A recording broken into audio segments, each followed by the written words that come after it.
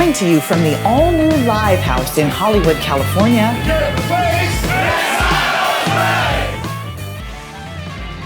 Hi, everybody. Welcome to this week's episode in Pensado's Place. So NAMM is upon us. We head down to the convention shortly after you view this episode. We'd like to see you there. And if so, here's our schedule. First, we're at the Avid booth each day at 11:45. Come grab a seat. On Thursday, Leslie Braithwaite of Cardi B fame. Friday, the genius hitmaker Greg Wells. And on Saturday, multiple Grammy nominee and CEO of 1500 Nothin Rance Dopson will join us. He's up for Record of the Year. He's built a school and a whole lot more. He's kind of a busy guy, and come see how that can benefit you. But that's not all. Thursday afternoon at 5, at the Pioneer Outdoor Stage, EDM master Luca Pretolesi will play and show you DJ tips and tricks he's used with such notables as Steve Aoki, Diplo, David Guetta, the huge Miente record that was a Latin Grammy nominee, and all kinds of stuff that you can add to your production no matter what your genre is. So what we'll do is we'll jam a little of the music and we'll learn a whole bunch. Pioneer Stage right outside the Pro Audio Hall Thursday at 5 o'clock. And then Friday at 5 o'clock, we got a big one. In the Hilton Hotel Pacific Ballroom on the second floor, you don't want to miss Beyond the Mix, a conversation with MixedByAli. Come learn how to win inside the studio and outside the studio. Ali is doing amazing things with his EngineEars brand, including his Seeing Sounds tour, tech applications, and more. You already know about his hits. Here's your chance to learn and meet a brilliant talent, find out how you can be better both in and out of the studio, and meet a great guy to boot. Don't miss this one. Get there early. There's a couple hundred seats, and it's going to be packed. Meet Ali personally and come hang with us. We certainly enjoy it. So NAMM's going to be busy. A lot of stuff going on. We want to see you there, but we wouldn't be Pensado without a few giveaways. For instance, Warm Audio. They've got some incredible microphones. The WA84 and the WA251. They're going to give away 4 of those. You get to the booth. You see their booth number right there. Have your badge scanned, and then we'll announce on the show after NAMM. So just get to the Warm Audio booth, tell them Pensado sent you, get your badge scanned, and then we'll get you some of those incredible mics. And of course, we want to give you a little incentive to be able to come to NAMM. What if you could get there for only $25? Pensado's going to make that possible for you. Go right there to the link, go through the process of checking in, putting in all your information, and you'll be able to attend NAMM for $25. Thanks to NAMM and Pensado's Place. This expires on the 22nd, so if you try on the 23rd, you're too late. So sign right up and come join us. We'll be getting around to different booths and different friends of ours and so on and so forth. I know for a fact on Saturday, Dave will be at the Leapwing booth at 2:30. We'll both be at the EngineEars booth at 3:30, and various and sundry. You can go to our site to figure out where we're going to be. While you're at our site, sign up for our newsletter if you would. And as always, we thank you in advance for your likes and subscribes, and please click notify. God, we were reviewing this week's episode, and there were so many things from NAMM that we've done over the past 5 or 6 years that were memorable. Thanks to you guys. We've had guests like Mike Shinoda from Linkin Park, Maroon 5, Randy Jackson, Macy Gray, Candace Stewart, Alan Meyerson, Butch Vig. You know, the list goes on and on and on and on. So we thought we'd look back and kind of find some moments from there. We've also celebrated several birthdays there, our 100th, our 300th, and we're about to pass our 400th. So it's pretty amazing. So let's take a quick look at some nuggets from NAMM. If you're starting out now, you're brand new to this is your first NAMM, you've never been to it, what advice would you both give to people who are just trying to get their head into, because it seems like it could be overwhelming if you're brand new, right? What would you tell them to do? Just be safe and explore, or go crazy and suck it all in? I would say, well, for me, what I have to do, because it's overwhelming even for me, is I have to figure out, why am I here? What do I really want to see?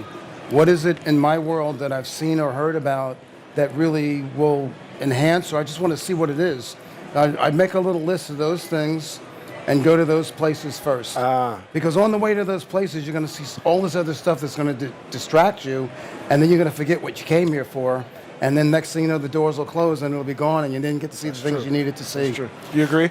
Yeah, totally. For me, I learned in a small market. Jimmy learned.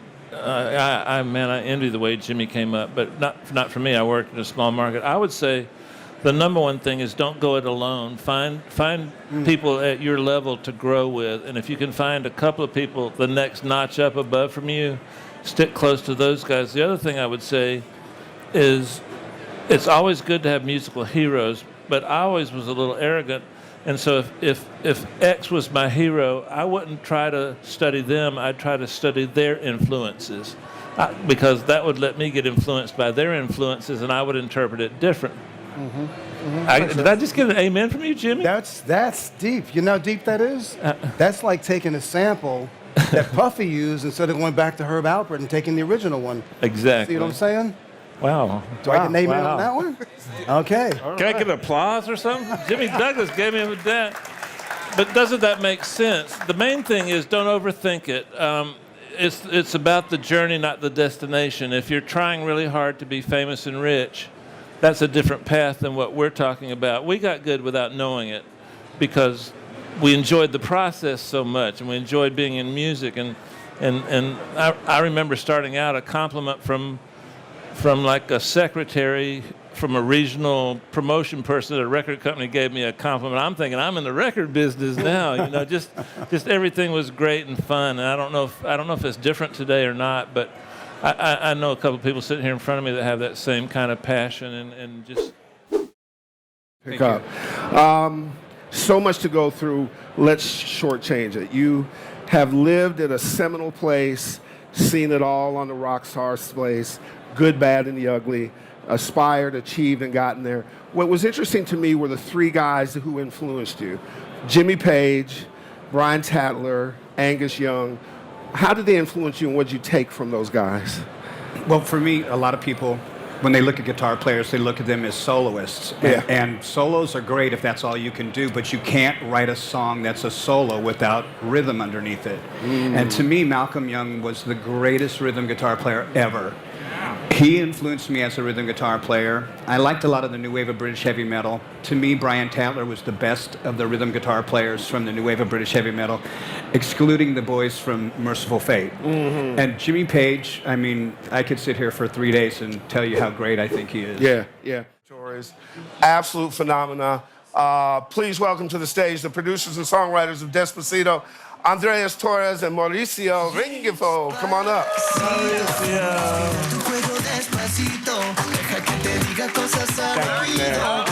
You came up rather quickly, not Despacito. How are you, man? How are you? Are there different signatures in different Latin American countries, like in Colombia? Is there a musical signature that would define you, or no? It's so complicated. It is. Like, it's so diverse and so incredible. So many different. Like, for example, cumbia, you have it spread everywhere. And this song has a lot of cumbia. Yeah. There's cumbia that's supposed to be from Colombia, but then you have it in Argentina, you have it in Mexico, you have it everywhere. And they have their own version with their own, like, a kind of subdivision. I remember with Despacito, it started as a cumbia song. Wow. It wanted to be like a little bit like a Camisa Negra vibe, the Juanes song.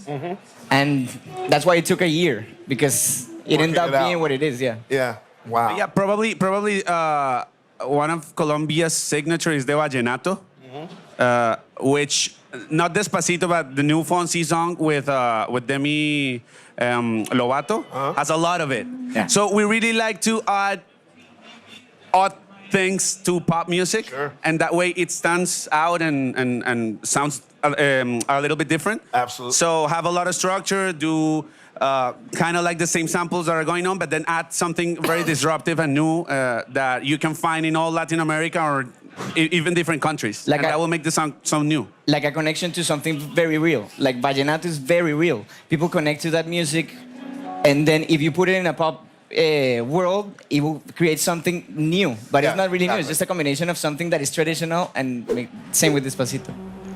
Ladies and gentlemen, hit makers, superstars, producers, writers, educators, my boys, the CEO and president of 1500 or Nothing, Rance, Dopson, and James Fauntleroy. Give them a round of applause.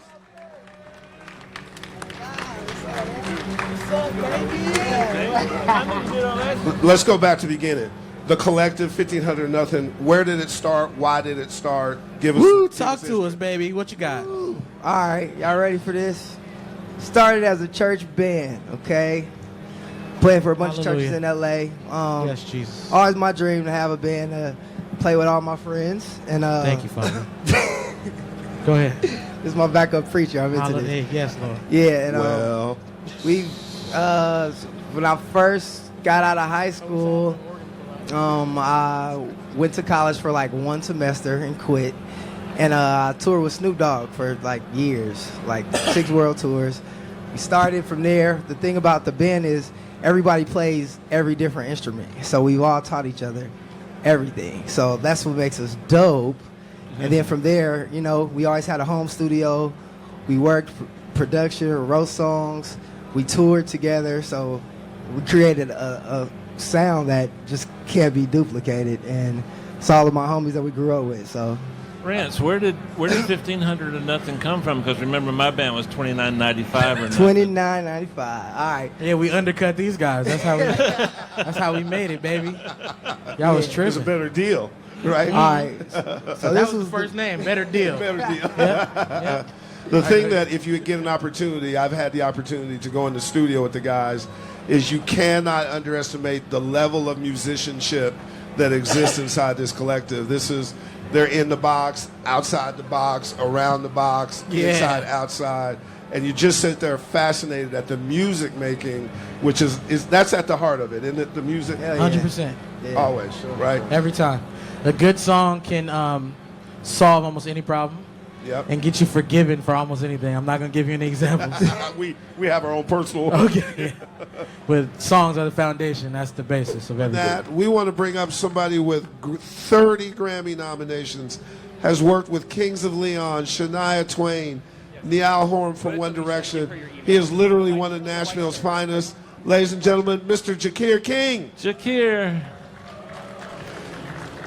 Damn, Jakir, I didn't recognize you with the beard. I was looking straight at you and like, is he going to show up? Love the beard, dude. That's great. Emails down. So you've been known to modify a board or do what you need to do. The technical side and the gear that you work on is as important as the creativity. And it's something absolutely. And you get your hands in there. Absolutely. And I mean, modify. the gear is secondary. I mean, you know, the song and the performance and the inspiration is first, and the gear is just a conduit. But I mean, but it's also, you know, the more expertise you have with your tools and the more flavors you have and the more that you can kind of inspire people with sounds, you know, the better record you're going to make. Absolutely. But that's all secondary. You know, it's just like the point you guys were just making a few minutes ago with Noah. It's just like, know your tools. Yeah. Be an expert at what your resources are, and then the creativity is the most important thing. Comes with it. Absolutely. Yeah. Is your sense that it feels to us sometimes that music is always around but kind of goes like this, I think we're in an uptick. It feels like there's a sort of a renaissance of the ability to go make music and find a path. How do you feel about that? I agree. Yeah. I agree. I think there's Thank God. Yeah, a round of applause, because Yeah. that's how we all make a living, by the way. I definitely think that creative opportunities are out there, and I agree that music is on an uptick. Mm-hmm. It's still a little, like the top of the charts are still a little confusing. Yeah. You know, there's a certain kind of sort of record-making process that seems to dominate the charts right now. Right. But I think that's very temporary, and I think that there's a lot of really good creativity going on. And yeah, I mean, music is thriving. Absolutely. And the streaming, I think, is it's wonderful. Yeah, I mean, not only is it making the music, all kinds of music, more accessible and easier to get out, but I love what it's doing to the loudness wars. Yeah. It's- Dave is Why do you think people select you for their projects when they have all the choices in the world to do? Why do you think they select Jakir King? Oh man. Well, hopefully. Because I'm going to kind of copy whatever you say. Well, my attitude about my sound is I'm there to represent the artist. I make the artist record. I partner with the artist. If you listen to all, a collection or selection of my albums, records, things that I do, I think that you probably hear me in there in a way, in as sort of a point of view and some taste. Yeah. But it's not a sound. I don't really have Yeah. I'm trying to always make the artist's sound, you know, Yeah. and my records all sound kind of different. I just Your, embrace that opportunity. Your Kings of Leon record, the first one, and all of them, changed my life. I knew I had to step up my game when I heard that record. It was incredible, incredible. Thank you very much. That was a great opportunity for me to be, because I'd worked on a previous record with them, and then to sort of be asked back to produce, engineer, and mix. It was, and you know, they're still a really good band, but at the time I thought they were one of the best. Right. Yeah, And I it was agree. it was a huge opportunity, you know. It was like another thing, you know, it's like obviously that's at a much bigger level, but Noah was talking about, you know, he was answering a question about how do you advance. It's just like find somebody that you can partner with that has a similar 100%. kind of like at the same level you are, wherever it is, Yep. and then strive to up your game Yep. and do it together. Like that's the best way. That's incredible advice, guys. Yeah, it's important advice. So, one of the things that I always find fascinating for our community that breaks through to mega success is that people think mega success is just this wonderful ride and it just all goes well. There's upsides and downsides, isn't there? Always, yeah. Of Yeah. course. Can you sort of give the distinction between a couple of them? I mean, I think with anything, there's a lot of work. You know, it's never.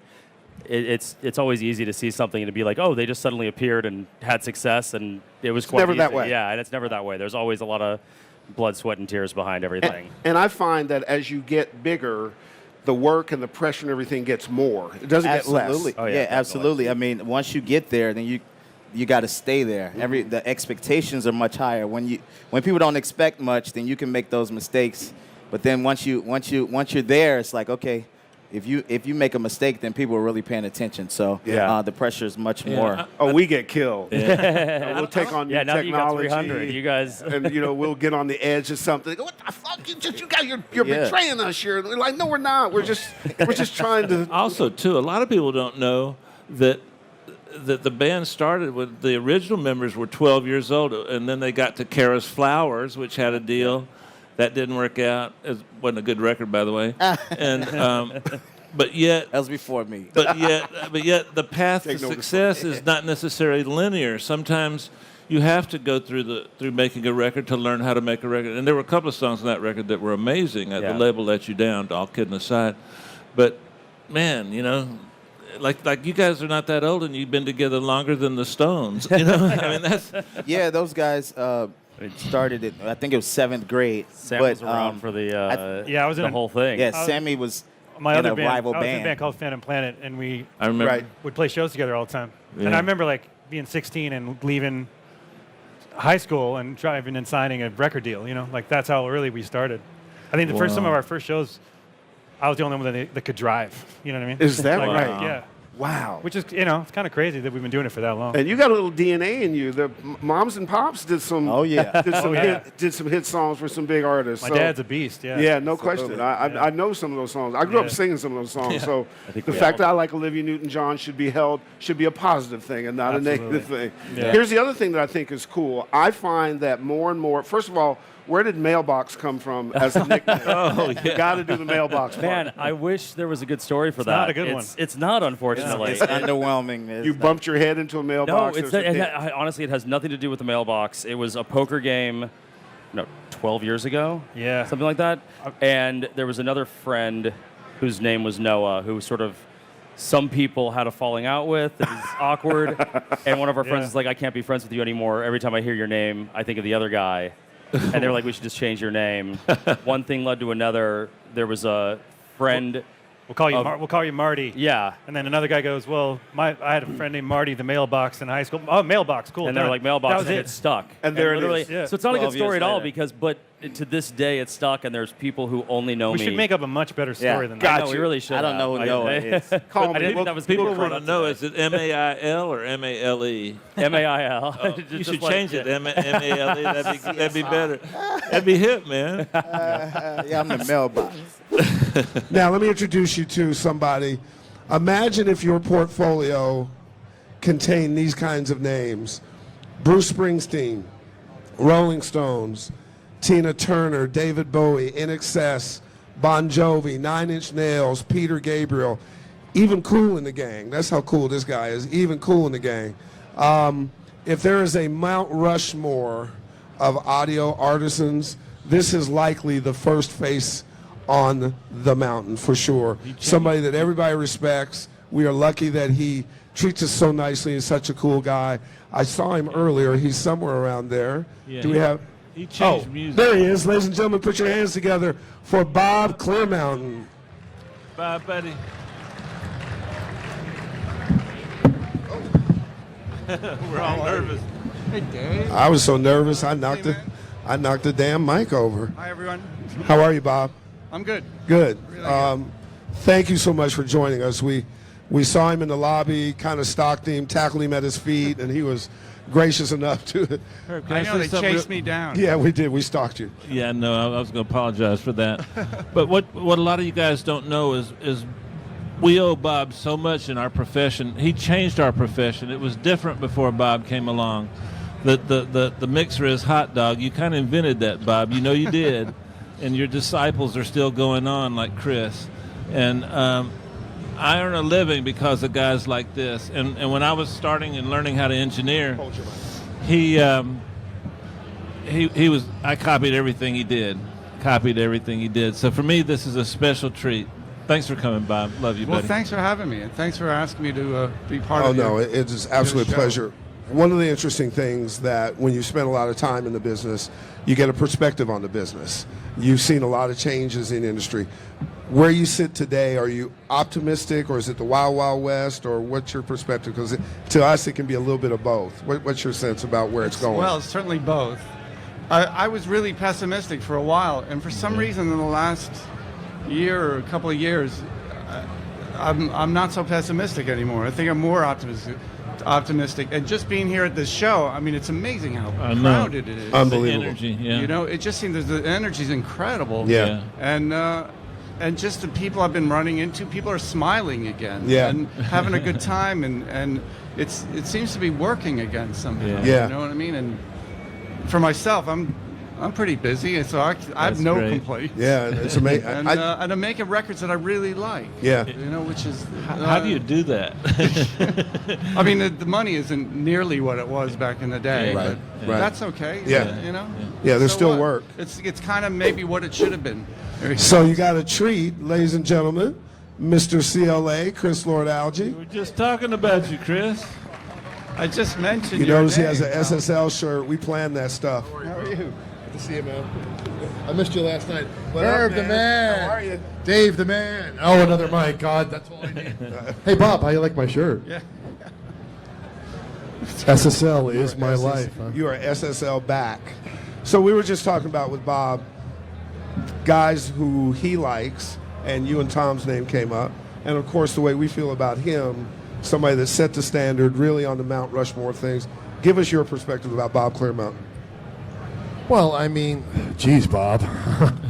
You've heard it all from me. So when Bob started with the 4Ks, I mean, he kind of changed the way we all look at it, right? So he used that tool as a creative device, as a musician uses a guitar. So before the SSL or that style of mixing, it was a little bit different. It was more engineer style, right? Then once the SSL came out, it became more what Bob was doing and what we ended up doing ourselves was more musician style because we're using it as a musical tool, right? We're using it to create differently than just engineer and balance and EQ. We're really modifying it, and it just changed the whole stage for mixing. And that device that we ended up using became our tool of choice to create with, and you set the stage for it. So I mean, that's a simple story about how it came out. I mean, I've said it every other way, haven't I? As a creative person, are you somebody who would rather collaborate? Do you like to fly solo? Is it different per where your head is? How does your process work in terms of that? I like collaborating. I've been in so many bands my life. I'm still in bands beyond garbage. Just part of it's just collaborating with friends because we like to write songs or play music together. Yeah. I like getting input from people and feedback and being able to bounce ideas off someone or just to look at their face. Sometimes you can look at someone's face and go, "That's good," or "Oh, that sucks." You know, Yeah, that's true. Sometimes I work okay in a bubble by myself, but not only in short periods of time. I need to collaborate with people. Go ahead. When you write a song, what's the first element? Do you come up with like some guitar chords or piano chords and then put a melody on top of that, or does the melody come first? What comes first? Typically, it'll start with some chords and a rough melody, maybe just a word or two or a lyric idea or something. And it might be a verse or it might be a chorus, and then it takes a while to develop another section. Occasionally, I'll write something that just comes out of the blue, and a song that was like that was on Strange Little Birds. Even though our love is doomed was a line I came up with, stuck on the 101 in my car in a traffic jam. And I don't know where it came from, but I just started sort of singing this, even though our love is doomed. And I didn't even know what the chords were, but I recorded the melody in my iPhone, and later that night sort of figured out some chords that worked around it. And I told Shirley, I have this idea for a song, even though our love is doomed. She goes, oh, I love it. It sounds like Heathcliff and Wuthering Heights. It has this gothic quality to it. And then I spent about 4 months making 5 really bad-sounding demos. and I didn't know what to do. All I had was that line, really, and I had some chords for the chorus. I tried one with sort of a techno EDM vibe. I tried one that sounded kind of like acoustically driven, almost a singer-songwriter. Tried one that had like punk rock guitars. I tried one in like 6/8 with a lot of sort of Baroque keyboard instruments, and they all sucked. And I just sort of put it aside because I didn't know what to do with it. And then we were well into the process of Strange Little Birds, and Shirley said, whatever happened to that song, Even Though Our Love Is Doomed? And I said, I tried a bunch of demos, and they just don't work. All I really have is the chorus. And she said, record something really simple and bring it to me tomorrow. And then I panicked.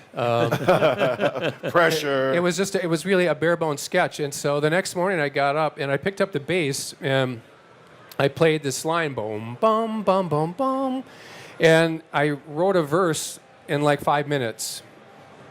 And then it didn't quite work in the chorus, so I wrote a couple lines to get it into the chorus.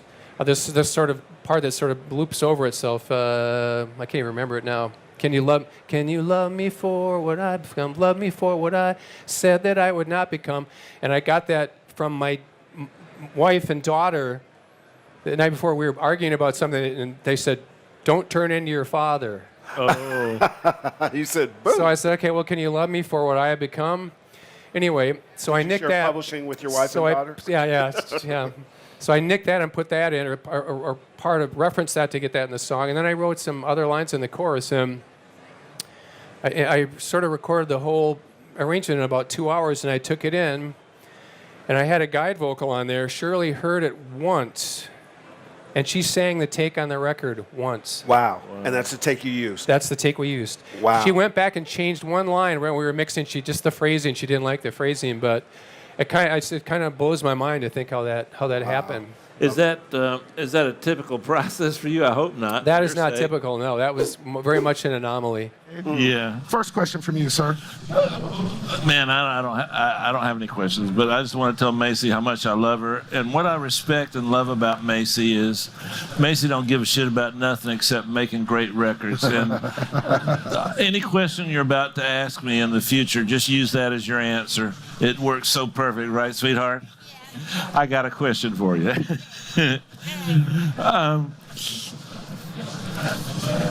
You must have an amazing memory, because describe to the folks the way you write a song. I think that's the most beautiful thing ever, and purity of heart and everything. The creative process. Usually, once I get the music done, then I just go in the studio and then I write it as I sing it. You know what I mean? She doesn't write the lyrics down. She memorizes them and composes in her head with the music and then sings them. Yeah, like right on so it's off the top of your head, you know. Gotcha. It's more That is immediate, amazing. you know what I mean? Yeah. I can't remember my birthday. So it feels fresher, it's more immediate. You're capturing the process, it moves along. That's more natural for you. Well, yeah, just so it's right there. You know, it's like what you're into at that moment, instead of trying to think it all out or Gotcha. don't overthink it. You know what I mean? Gotcha. One of the things that's always been amazing about your career is that there's so many different things you do well. Like there's this thing called being a hyphenate, where you have all these different things. So you're a singer, you're a songwriter, you're a producer, you're an actress, you're an educator, you're a businesswoman, you're a mom, right? Yeah. And juggling all that stuff, does that keep your creative process flowing? No, I'm usually only creative when I'm in the studio. when I'm not there, there's a million things going on, you know. So, Yeah. I usually just write in the studio, really. Yeah. So we've been dropping a bunch of names of different talent that's been here. For this guy, it's from A$AP Rocky to The Weeknd, Kanye West, Eminem, so on and so forth. He's both a businessman and a creative person, which is a very interesting lane we'll talk about. Ladies and gentlemen, please bring up the one, the only, Shay Pope, Shay Vicious, Shay Guevara. I got you, brother. I forgot about Shay Vicious. What up, man? What up, man? Good to see you, brother. Good to see you. Let me come over Have here. a seat. There's a story about you that every time I hear it, I get emotional. Explain to them and tell them the story about your little brownstone up in New York and how much time you could spend working before you passed out. So when I was working on Lauryn Hill's album, I lived in a brownstone in New York on the bottom floor. So they ended up having this really small little studio space available at the top floor. And what they didn't tell me is it didn't have any kind of air conditioning or anything of that nature. So if you know about New York summer, you know it gets super hot. It gets, it's humid. It's really like sucks the life out of you. So, and in those days, I used an MPC primarily as my main piece of core gear. And I could literally only work in that room for about 20 to 25 minutes at a time before the MPC would show a message that I had never seen. It would show It would literally show a message in Chinese writing that I would be like, okay, and it would look like it was about to explode, and I have to turn it off, and I'd have to leave because I was about to pass out at the same time. But great things came out of that. Zion came out of that. Wow. The Destiny Child remix came out of that. I Used to Love Him on Lauren's album came out of that. So there were records that were done just in that span of before my machine would blow up. And your body. Literally, I literally had a friend of mine visiting from Boston one day, and he sat in there with me while I was working, and literally, when we walked out of there, he said, I think I saw the devil. Absolutely. That's really hot. Yeah. That's devil hot. That's commitment. Yeah, that is commitment. That is commitment. Absolutely. And I would come back. I would pass out and revive myself and Get your electrolytes back. Yeah, come back go in. drink a lot of water outside. Hose myself down and That's then come kinda back how I at it. feel now. Wow. Absolutely. Now, there's two other people that we're going to bring up together. One there are about 3 classic beards in the audio business. And what you're going to notice is this beard is not only classic, it's also international. And these two guys are good buddies and both amazingly talented guys. The classic beard is a good buddy of ours named Andrew Sheps. And our other good and dear friend and amazing talent, he's got the greatest Showman soundtrack right now, hits on Dua Lipa, all kinds of stuff. He sold over 80 million records, an amazing musician, amazing songwriter, and good friends. Ladies and gentlemen, Andrew Sheps and Greg Wells. Andrew. Okay. Gentlemen. Hey. How are you, bro? The rules are different, and you just never know where it's going to come from, which is why you keep trying a bunch of things. It's important that you're hungry, and it's hard to be hungry when you're struggling, because you're hungry anyways, because you're struggling to begin with. But that thing is going to break through when you're trying things. It's not going to come necessarily from playing safe. Like people don't come and somebody said earlier, people don't, if you stay at home, you know what the results are going to be. If you get out there, something may happen. You agree with that? Yeah, well, it's that to be in the right place at the right time, you have to be everywhere all the time. Yeah. And then eventually you get the luck that goes with it. Wow. But it's about because people are controlling their own projects, make the project what you want it to be. You're not led by a label executive or an A&R guy or anything like that. It's up to you to make it exactly what you want and not to compromise on it and not have excuses for it later. And then that's the stuff that resonates. Cheers. But health is something that creative people need to be on top of, yes? Well, just in general, life. I have never been heavier in my life. Mhm. Like I'm at my top weight I've ever been at, and it's the movie. The movie drove me crazy.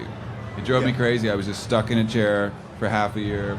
It's so high stress. It was a stress level I've never ever dealt with before. Like pleasing not just the artist, because there was no artist. The artist was this armada of like, you know, from Hugh Jackman to the director to the studio executives to the two songwriters who had a lot of cachet and talent, and to Alex Lackamore from Hamilton, who came in as the executive music producer a month before I got hired, and he's super forensic and detailed, as are the songwriters. And then, you know, there's like all these music executives at Fox. I would hear from them, and they all have an opinion. All the film people, the producers, some guy came on in the last few months of the movies who's also a film director, and he got executive producer credit, but we wound up with two different film directors on the last legs of the movie. I was losing my mind while trying to stay focused on the thing that turned me on about it in the first place. Right. You know? I would call you and you'd go, I say, hey man, how you doing? You'd go, stressed. I can't do it now because of my voice. But we were talking to Alan Meyerson earlier, and if you work in film and television and things like that, 3 things happen. It is committee-based like hell, it's deadline-based like hell, and you will lose your mind if you allow it to get to you, right?